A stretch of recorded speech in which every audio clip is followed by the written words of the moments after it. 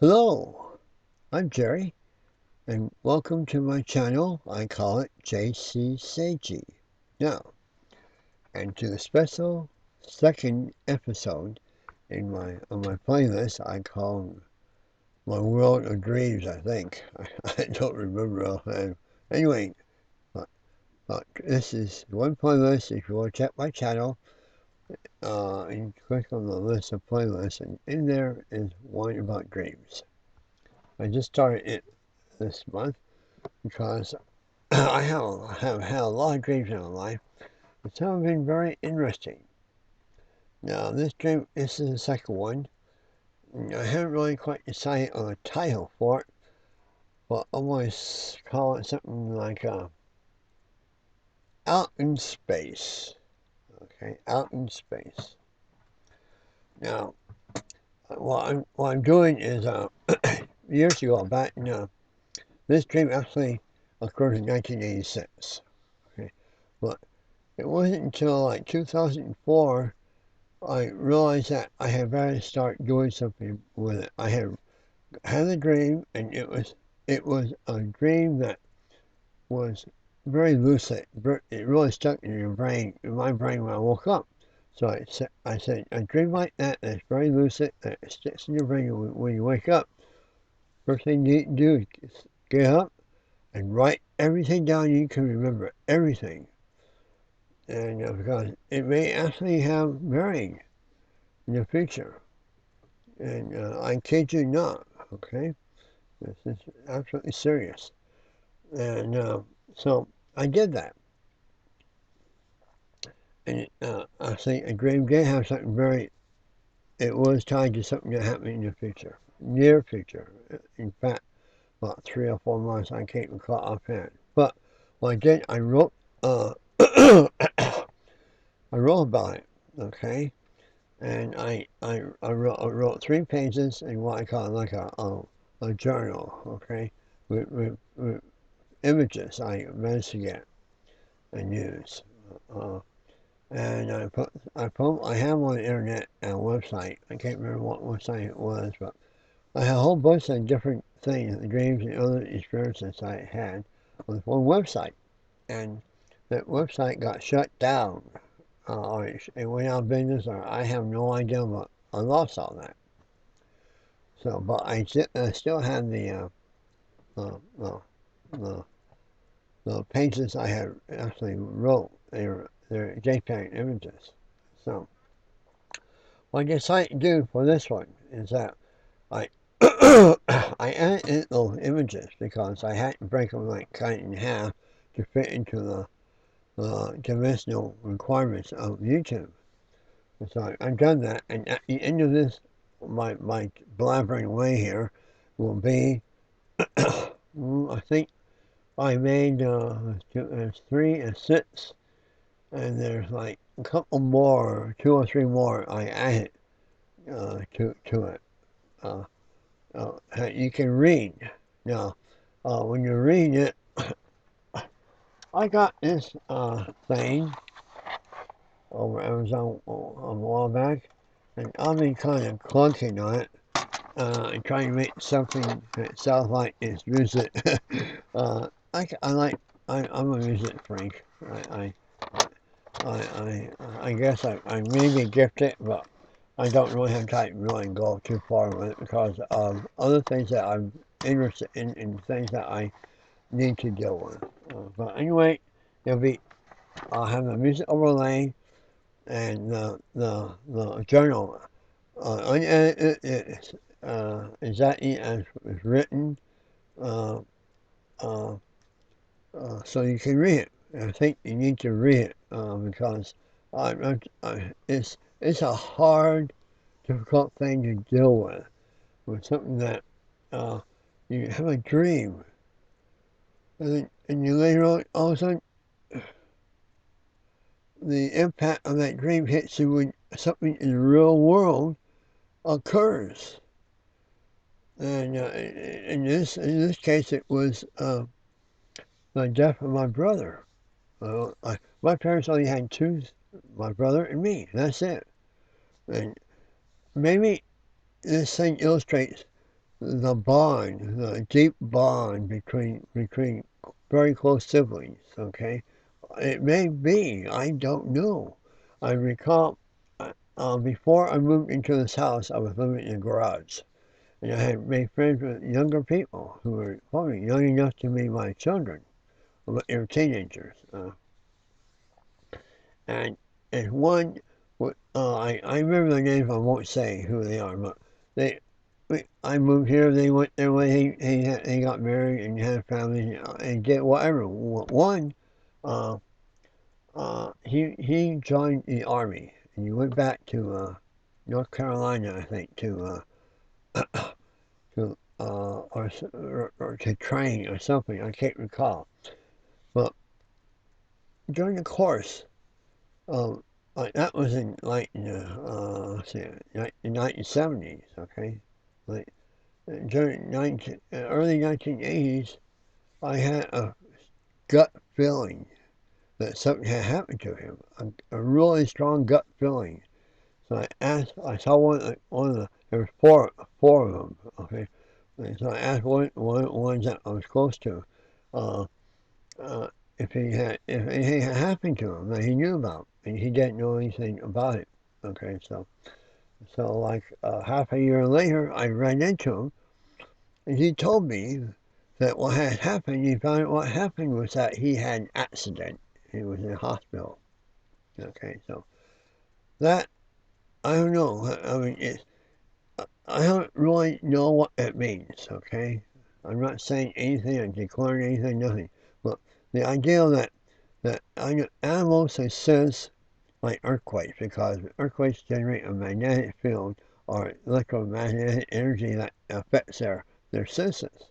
So I don't know to what extent that we are capable of experiencing certain things. I mean, if you consider the earth as like we're in a plasma of something and we can sense the things that are in that plasma, okay? Earth has a universal consciousness, and all our minds are tied into it, okay? Maybe something. I'm getting really kind of weird on this, but maybe that's the case. I don't know. See, but and so it kind of made me wonder. Well, anyway, that young man survived, got out of the army, and got married, and raised a family. So that went well. But the point is, in this dream, there's something very special that happened, and I want to kind of briefly go over it. And because I was dreaming, okay, I hope all I remember is I looked out and I was standing, and it was like darkness all around, just dark. But I looked that way. I guess it was to the east because on the east there is little thin line like on an arch going like that across the horizon. Where am I? I said, where am I? And I looked down and I couldn't believe it. I was standing in the air, okay, at night. Total darkness. No, I didn't see no moon at all. Okay. I looked down and I could see to my uh, to my left a city way down there with lights on and all that, and I see a coastline. Okay, and the shape of the coastline. I said, and the mountains above it, and all that. And I looked farther north, there was fog coming over the mountains and onto the ocean. And I said, wow, that must be Santa Barbara. So I figured I was standing southeast of Santa Barbara over the channel, the Santa Barbara Channel, okay, looking eastward towards the halo of the sunlight. Uh, as it was as the sun was coming up, it produces a halo along the rim of the earth. Okay, so I called this thing. Well, I wrote the rim of the earth. Okay, so that would be on the title of the pages I wrote. And so I was standing there, and all of a sudden I heard somebody talking to me. Now look, I turned to my right and looked, it was my brother. He was standing there too. And he was talking to me. I said, okay, and he was talking about death. Okay. Now, my brother, he went off from Vietnam. Let's see, he apparently in, I guess, late 1960s, or I can't recall the timetable, but he joined the army, okay? And he, uh, he ended up, he was going to school down south in the Los Angeles area. But he got drafted, okay? Or he got called up or something. I don't know what happened. I don't really know the details because we weren't really close at that time. At that time, he was living his life, I was living mine, okay? Different worlds, different perspectives. But anyway, he ended up in Vietnam in the artillery, 1st Battalion, I think, and in an artillery unit. And they were shooting Agent Orange into the jungles. Agent Orange is a defoliant. It also is highly carcinogenic. And so, in the process, he got exposed to that stuff. And when he got home, he learned that he had came down with uh, uh, what do you call it? Cancer in the lymphatic system. He had cancer all over his body, all over his body. And so they treated him. They were treating him and treated him and got remission and came back and got remission again. And I think this was like the 3rd time it came back.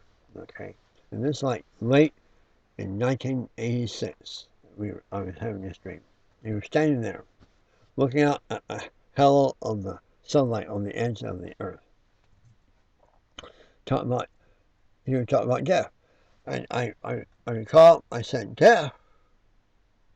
I said, look at where we're at. You know, look at us. We're right here.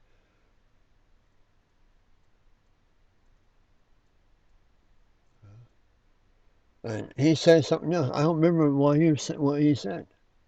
It just blew me away that he was standing here in space. No spacesuits on, nothing. I can see a lights of a town I used to live in down below me. And I can see off the distance a halo on the earth getting a little bit wider as the sun is approaching, coming up. And it just blew me away. And so, anyhow, I think I read my notes. I recall that it said that I felt that I fell. I don't know. I don't recall everything right now, but read the thing. And anyway, I ended up falling back into my body. Okay, I was out of my body and I fell back into my body, and that was the end of the dream. And I woke up and I wrote about it. Okay, so. But the point is, what happened is later on. 3 days later, my dad told me from that day, 3 days from that day, my dad told me that my brother had cancer came back. Okay, the cancer had came back, and so it was. He died later, in about I guess 3 months, 4 months. I think I have the dates and all that in the thing. He in March of 1987 he died.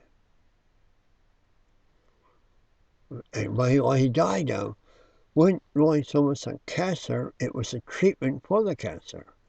Because the problem with chemotherapy, it causes your blood vessels, cell walls of your blood vessels to become stretched out, okay, or thinner. And so when that happens, there's a danger of what you call an aneurysm.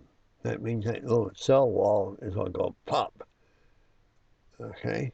And so apparently in March of 1987, he was sitting in his living room watching a TV program, and his wife went outside to feed their. He had two Shelby colonies, little small ones, and she went outside to feed him. She came back in. He was dead.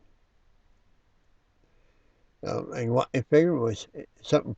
One of those little things popped in his brain, and that was it. He was gone. No pain, no warning, no nothing. It killed him just like that. So, and that and that was rough for my parents because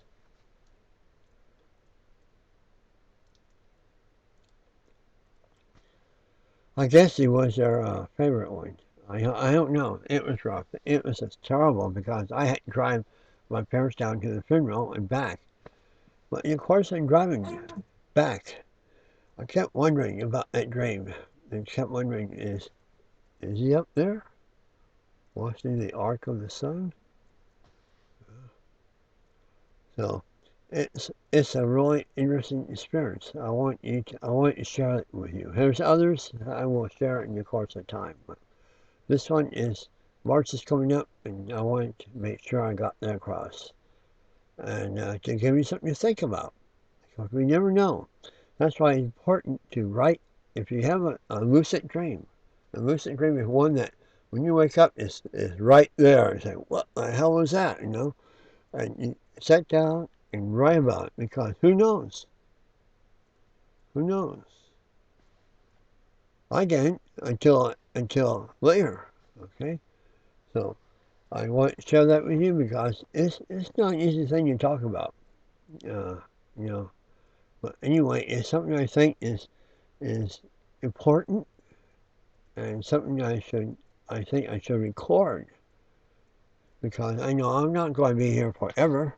I'm hoping another 20 years, but we could have a war with us and be all dead in a week. But who knows? Anyhow, I hope you have found this video interesting, and be sure and check out what I wrote. That really gives you more of the details, and because I don't remember all the details. Anyhow, until next time, I have a lot of other videos I need to get done. I've been working on the one I was doing on my publications, and one issue on number 4, I think. I'm working on that to make that one more updated. So we'll see on that. But I want uh, I want you to know that I'm still trying to do things, but I'm very busy. And so anyhow, I took this moment to do this because I want to put this online right, today or tonight. I have to go and put it all together into a movie format and do that. Plus work on the music. Fun. It takes time doing all this stuff, but sometimes when I first got started on YouTube, it was a matter of just trying to get away from the